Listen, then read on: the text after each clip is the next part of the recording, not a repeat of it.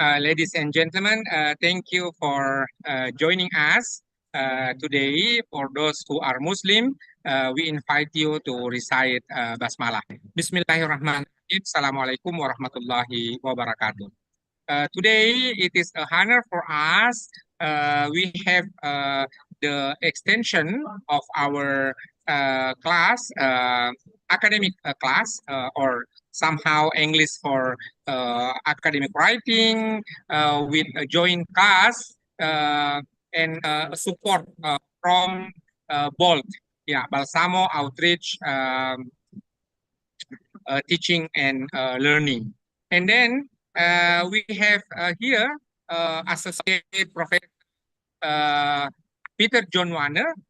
He is a lecturer of Tohoku University in Sendai, Japan. Will continue our class before. So without further ado, like to invite Professor Dr. Peter John Warner to continue our class. Time is yours, Sensei. Okay, thank you. Good afternoon. Today I'm going to Good afternoon, Sensei. Good afternoon. Today I want to talk to you about journal article reporting standards, and I will be covering the quantification and also qualitative and quantitative research within this area.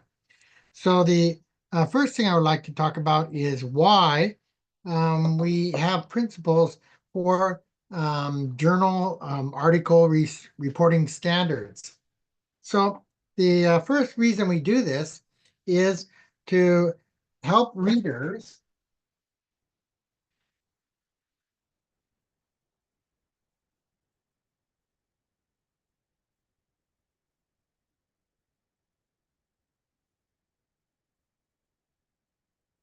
understand.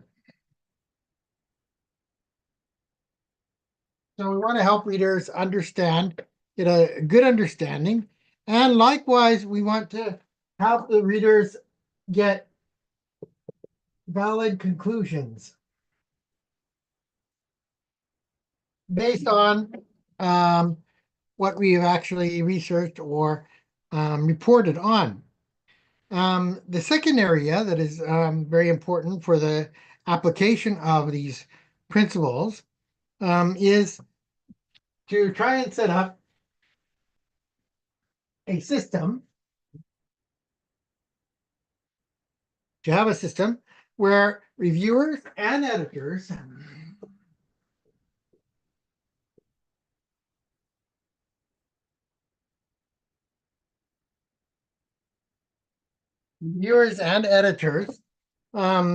can properly evaluate.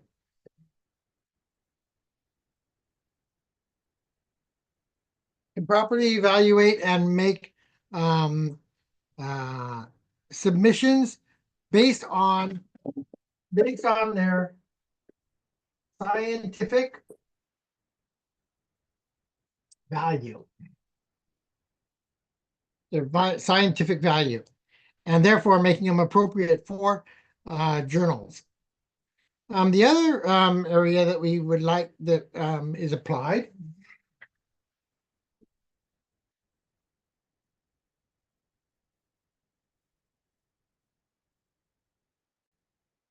is to help replication.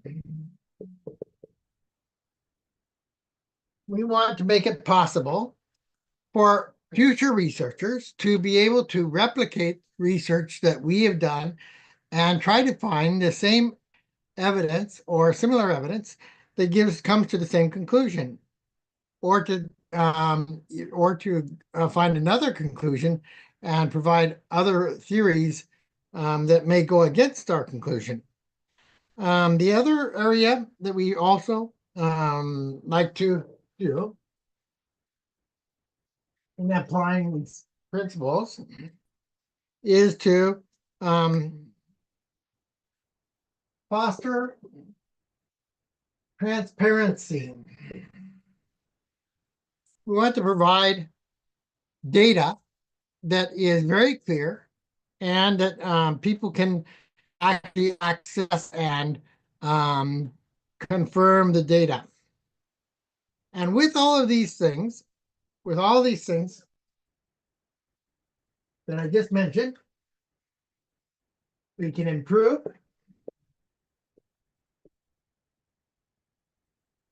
improve our quality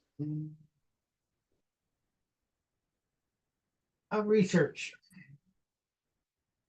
publications, research standards. So within these guidelines, it is flexible to apply different types of research studies. We have many type of research studies that I mentioned earlier. However, all research studies will either have qualitative or quantitative standards by which they are actually based on. And so the thing I want to move forward to in the rest of this discussion is I'm going to talk about qualitative standards first, qualitative standards. Then I'm going to quantitative standards, and I will move on to qualitative standards. And then I will try to talk about mixed. So let me put that down. I'm going to overview quantitative,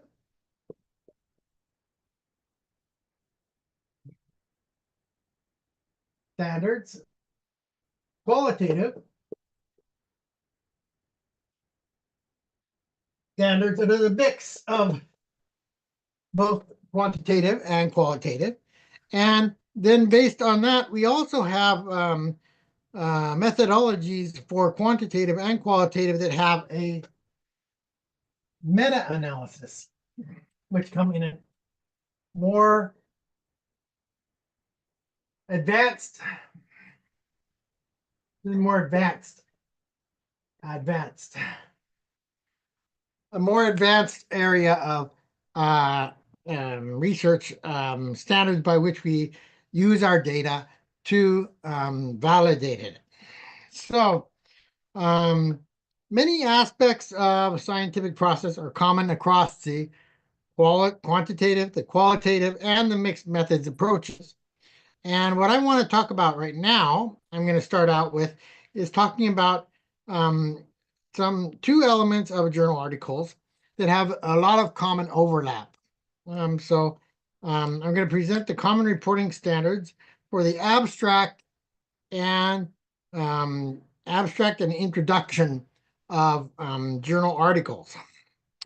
So for these abstract and introduction areas, we have many formats, which I talked about last week.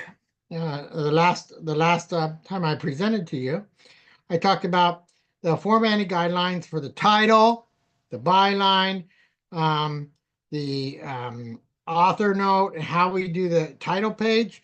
I also talked about the body of the paper, about how we use titles, and how we use the body of the paper using keywords and text, and also looking at the reference list, footnotes, appendices, and supplemental materials, how we organize those in our last discussion. Today, I'm going to look at the, first of all, I'll start at the abstract standards, how to do an abstract. And we use abstracts for basically applying to do presentations, or we do them for actually having the short summary of our paper at the beginning. So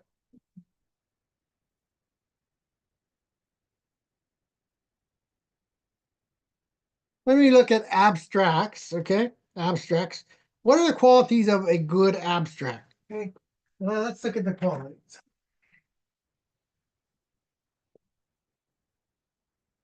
Qualities of a good abstract. So first of all,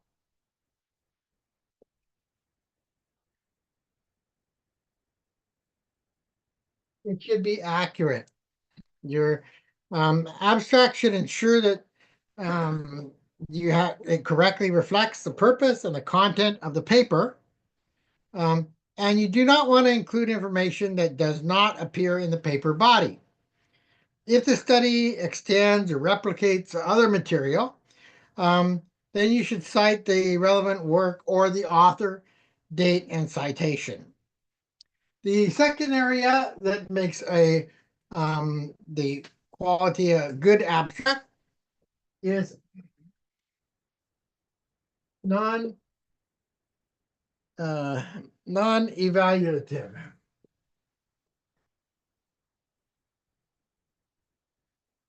Now, what do I mean by non-evaluative? Well, non-evaluative is it's a report rather than to report rather than evaluate. It doesn't. The abstract just gives a report. It's not an evaluation. You don't add any comments or what the body of the paper talks about. You just summarize what it reports on, and then the people can get the other details in the paper when they actually follow up. Now, also a good abstract is coherent and readable.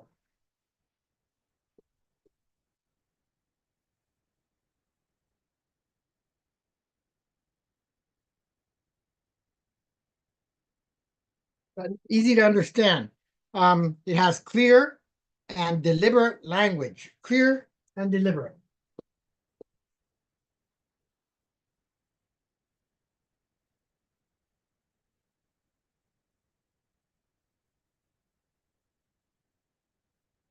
So you use verbs rather than noun equivalents when you're writing an abstract, and usually you use active rather than passive voice.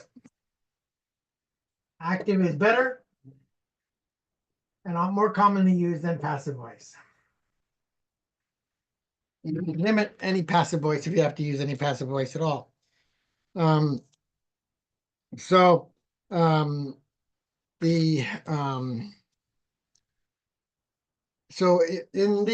this paper, how do you use active, passive, make it clear and deliberate? Let me give you an example.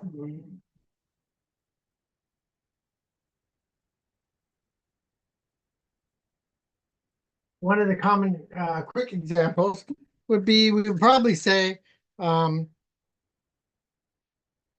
we present results, and then whatever your results are. And when we do this, this would be active. This is active. But passive, if we did this in the passive form, we would probably write it as results are presented like that. Now, in this way, therefore you use the present tense to describe the conclusions that are drawn or the results with continuing applicability. It continues. Use the past tense to describe specific variables that are not manipulated if you have to use it, or the outcomes that are measured. And if you're presenting any statistical or mathematical information, then you should check which formats you should use for what type of information you should include inside the abstract.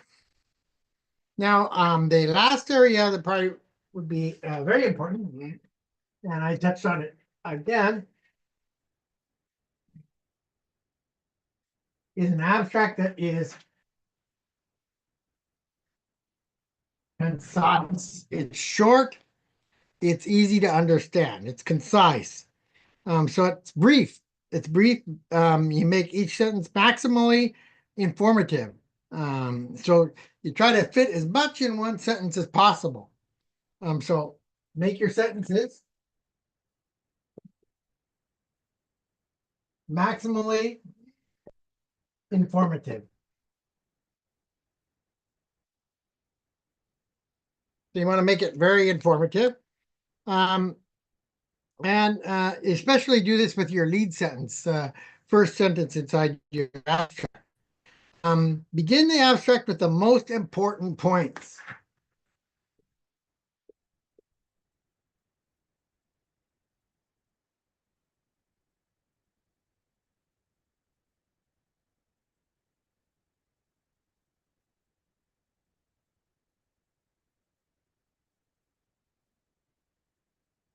Don't put the most important points in the middle of your abstract. You should have them at the beginning of the abstract in the first or the second sentence.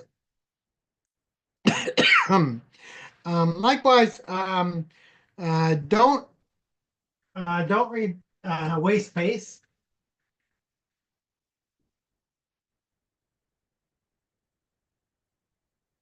Don't waste space.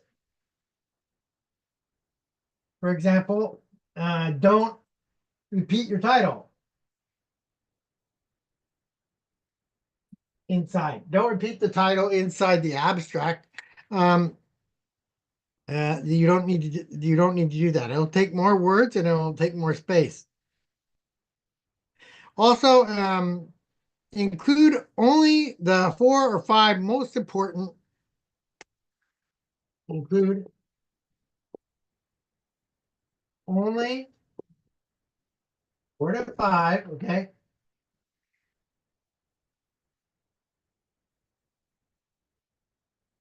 Of the most important.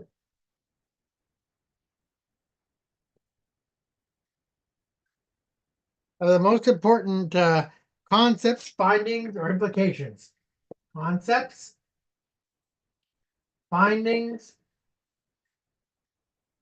or implications.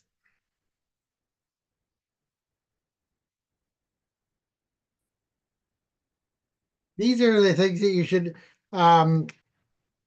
include, and also use specific words in your abstract that you think your audience will use in their searches. The keywords, use those words inside your abstract so that your abstract will be flagged when people want to access the abstract and read about it.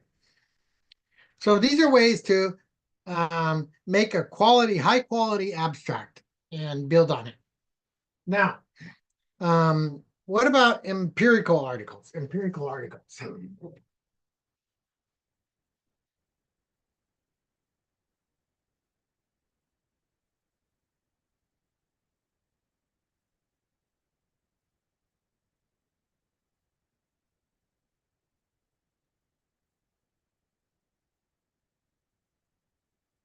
What about empirical articles?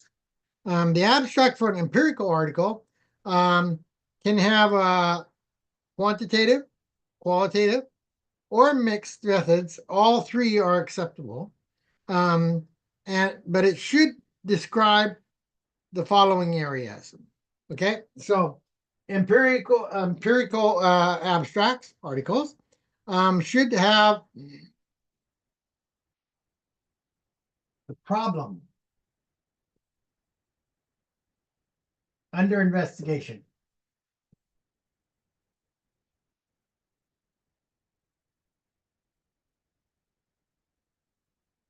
What is the problem that is being discussed? And usually you should do this in one sentence. If possible, you present the quantitative analysis and include the main hypotheses, the questions, or the theories under the investigation inside the problem under investigation. Now, a second thing you might include would be the actual participants or the data sources.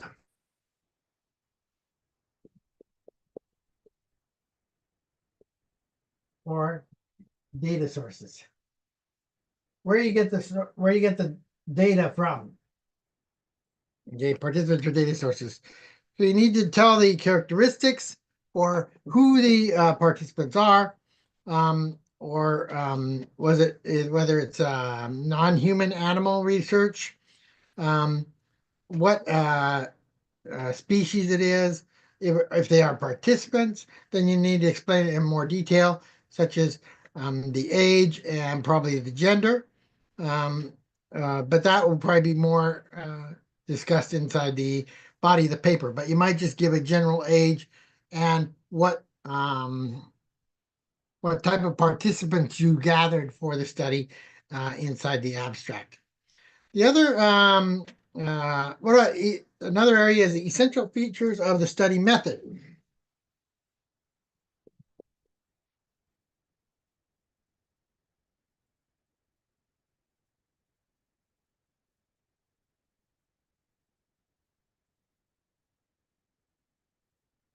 So you might explain a specific type of study method that you might be applying. So whether it is experimental, observational, qualitative, or mixed method, which type of method are you using? So you should explain that very briefly inside the abstract. You can also talk about the analytic strategy. How do you analyze it?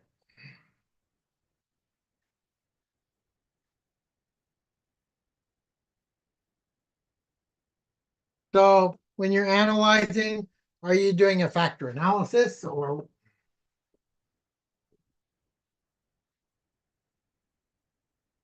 is it a 2x2 design?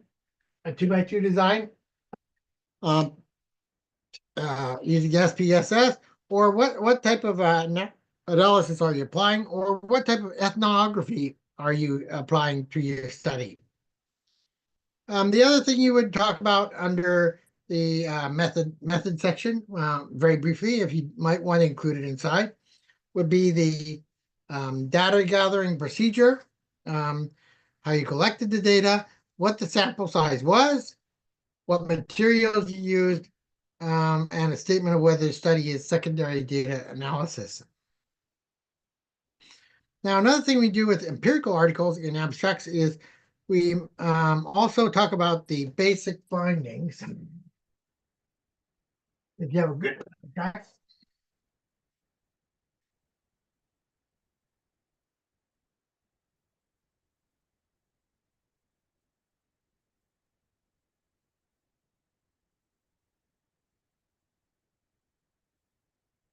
basic findings. So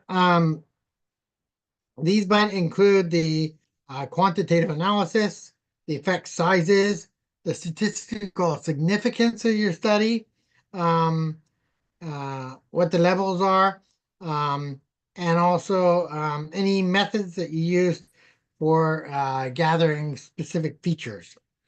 And the last thing for the empirical articles would probably be the conclusions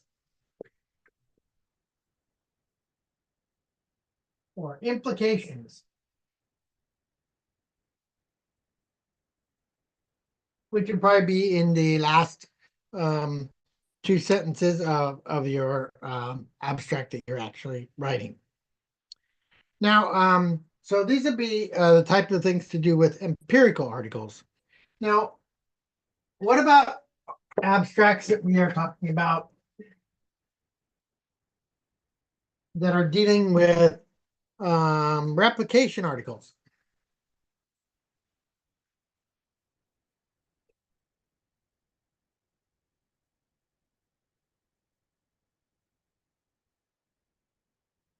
Replication articles. So, first of all, the type of replication should be reported.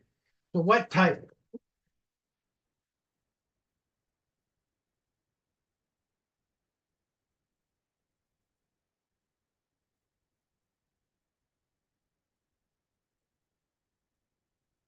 So if you're following another study, you're replicating it. what type of replication are you doing? And put the author and refer to the author that you're doing. The scope of the replication could be very detailed.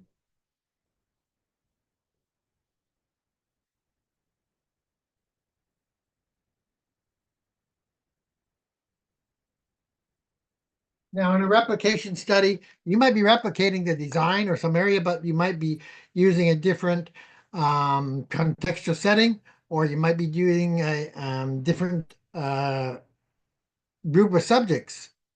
So you should include that in detail. Or you should have the original study or the studies referred to. They should be documented well. Original study should be cited and able to be referred to. And then you should get the general conclusions. If you want to make a very good abstract, you should have the general conclusion that is reached in the replication. What is the conclusion? Is it the same? Same results? Or did you find something different in your study that differed from the other study in which you were trying to replicate? What was special or unique in your study that was you didn't expect? So these are things that you would include inside an abstract to make it very qualitatively high and also to be very interesting. So what is a quantitative or qualitative meta-analysis?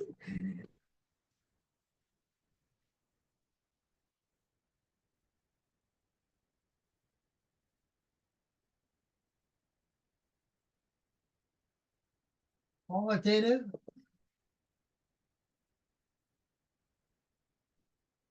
or quantitative?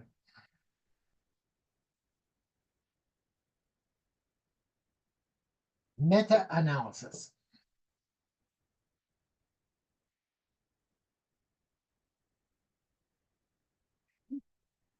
So what is a qualitative or a quantitative meta-analysis? The abstract for a quantitative or a qualitative meta-analysis should describe the following areas if we are trying to create a good quality abstract. So now we're going to be looking at meta-analysis. Meta-analysis in doing quantitative or qualitative study. So first, research questions or the hypotheses under the investigation should be stated. Research question.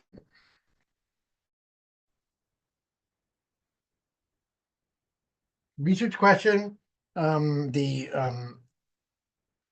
research question that is research question. Sorry, the research problems question. Research problems question. Research problems question. Or hypotheses. Questions, problems, or hypotheses. Okay, the hypotheses. These are that were under the investigation. Which one of these are under investigation? We're looking at the investigation.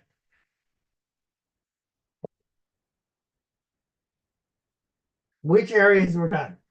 Which areas were done? What questions did you ask? What problems were you presented with? What hypotheses did you make when you were doing the study? What did you expect?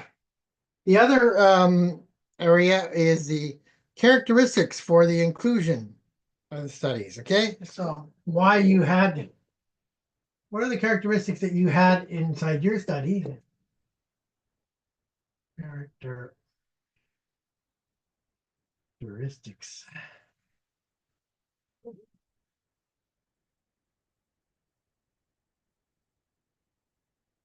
the characteristic for the inclusion of a study.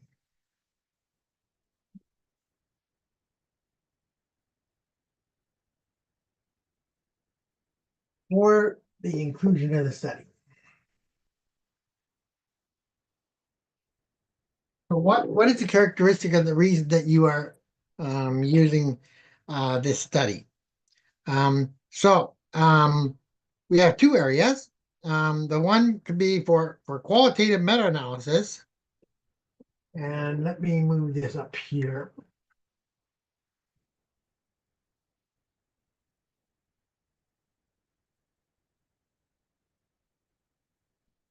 If we're looking at the qualitative meta-analysis, you're all both meta-analysis.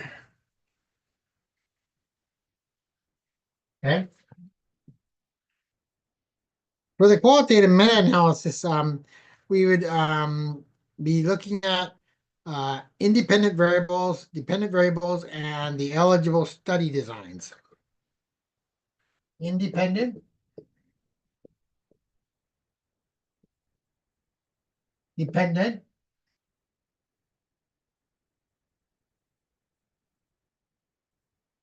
and the study design. These are both variables. What variables did you use? Okay. The study design that you actually applied. With a qualitative study, oh sorry, I apologize. That's a quantitative study.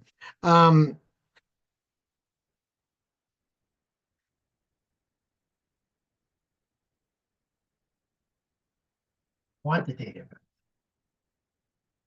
Qualitative. For the qualitative study, we'd be looking at criteria for eligibility in terms of the study topic. Criteria for the study topic. Criteria for the study topic and the research design.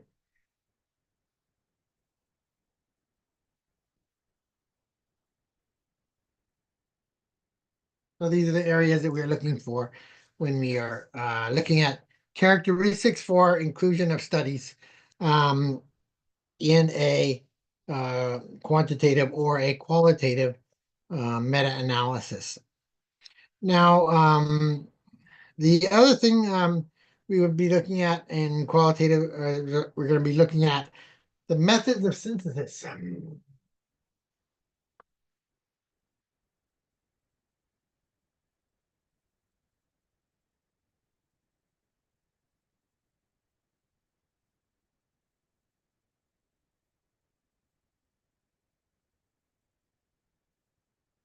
Methods of synthesis. Methods of synthesis. And these include the statistical or qualitative meta methods that are used to summarize or compare studies, and the specific methods that are used to integrate the studies together. The other thing we look at is main results.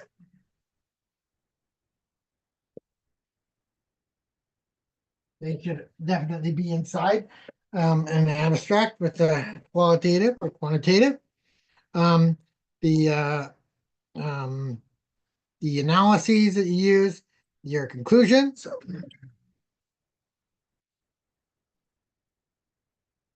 Again, as before in the other abstract, and also the implications for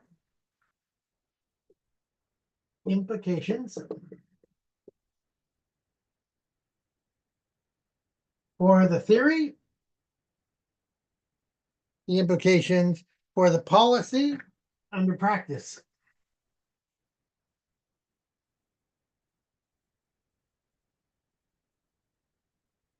Which policy you're evaluating or looking at that is being policy and or the practice that is being used. So policy or practice, whichever one is being used. So these are areas for replication articles that we should be looking at.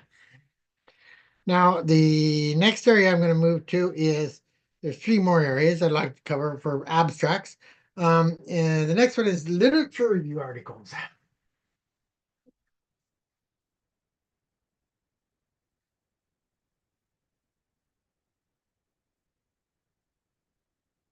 Well, not meta-analysis. Now we're up to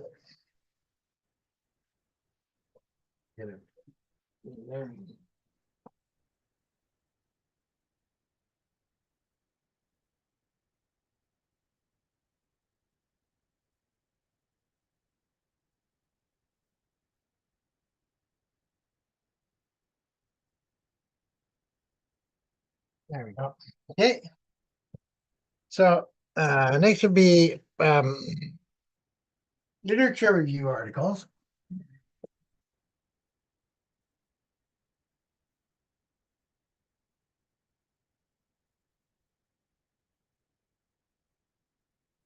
Okay. So literature review articles. And here we're looking at basically we got the light there, don't we? There we go. Okay, literature review articles, we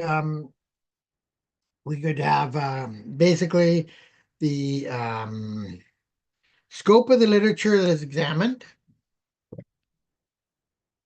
How much of it are you looking at? Are you looking at the sections? If you're say it's scope of literature could be journal, books, journal, book. It could be an unpublished article.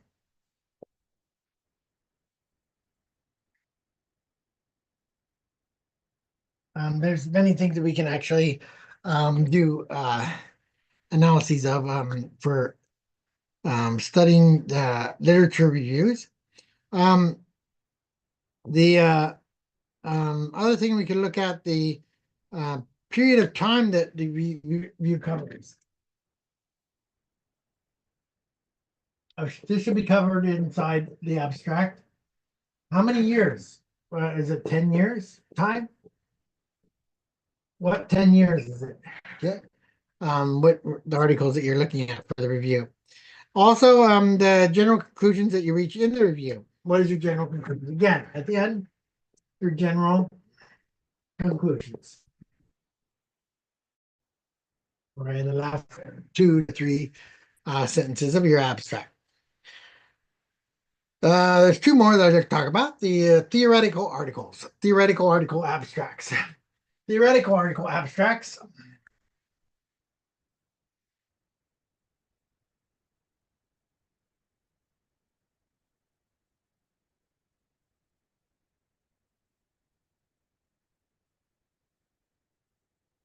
Theoretical article abstracts.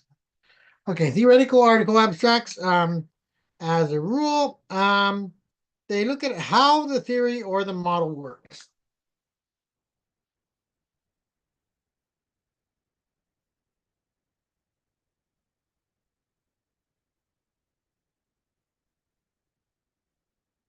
So usually you're questioning a theory and you're talking about how it works, or you're talking about the principle on which it's based.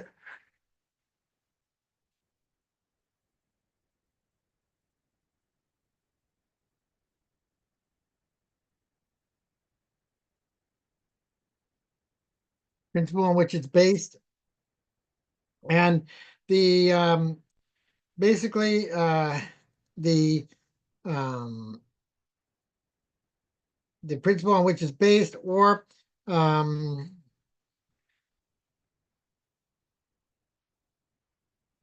you're also looking at the phenomena the theory accounts for.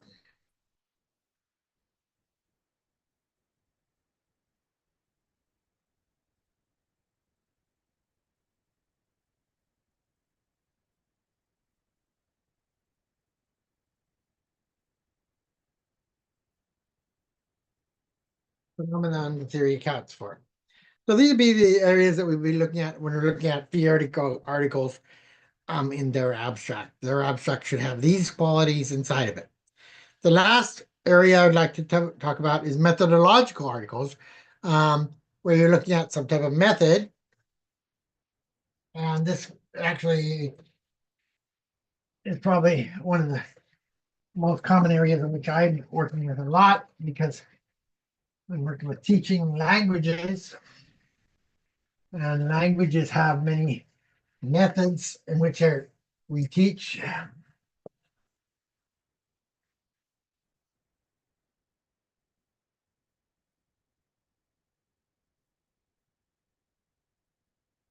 So if we're looking at methodological article, we will be looking probably at the general class, the essential features,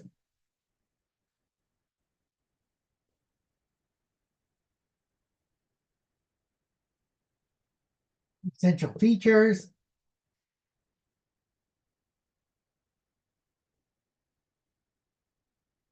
and as well as probably the range of the applications.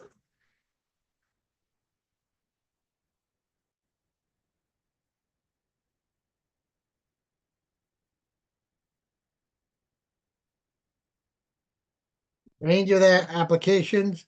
And we're probably looking at the methodologies or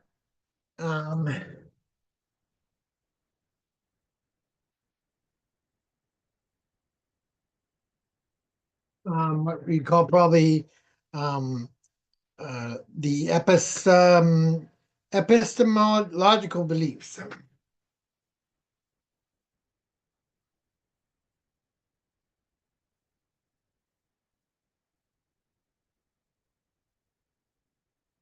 Like religion or other things that we might believe in.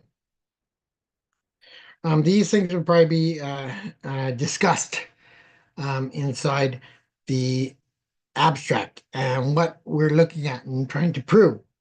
The other thing we look at is the essential features.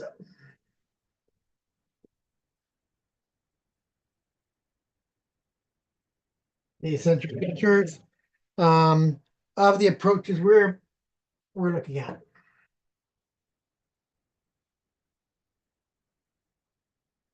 We were looking at. We're evaluating.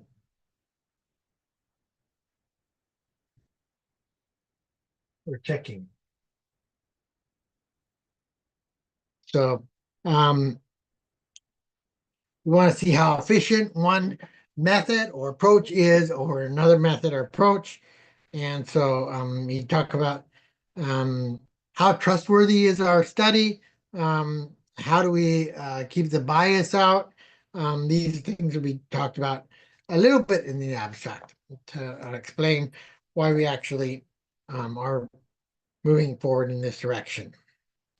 So these are all related to abstract. So I've talked almost an hour here about the 5 different areas of abstract. So the next thing I'd like to talk to you about today is about introduction standards for introductions, like a research paper or the body of a paper, because a paper, the introduction is a very important part of the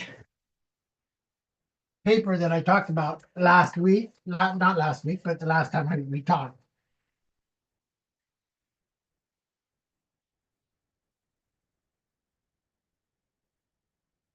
So I want to talk about introduction standards now.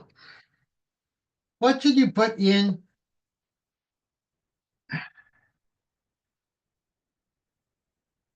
your introduction?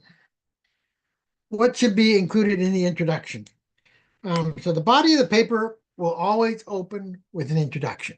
The body of paper always opens with an introduction, and the introduction should have a succinct description of the issues that are being reported, the historical antecedents, what was past research, and the study objectives for which you are actually looking at. So again, you should have the succinct description succinct description.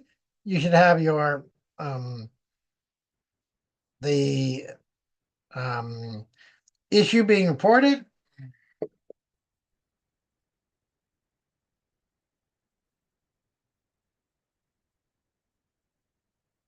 Issue being reported and the historical antecedents.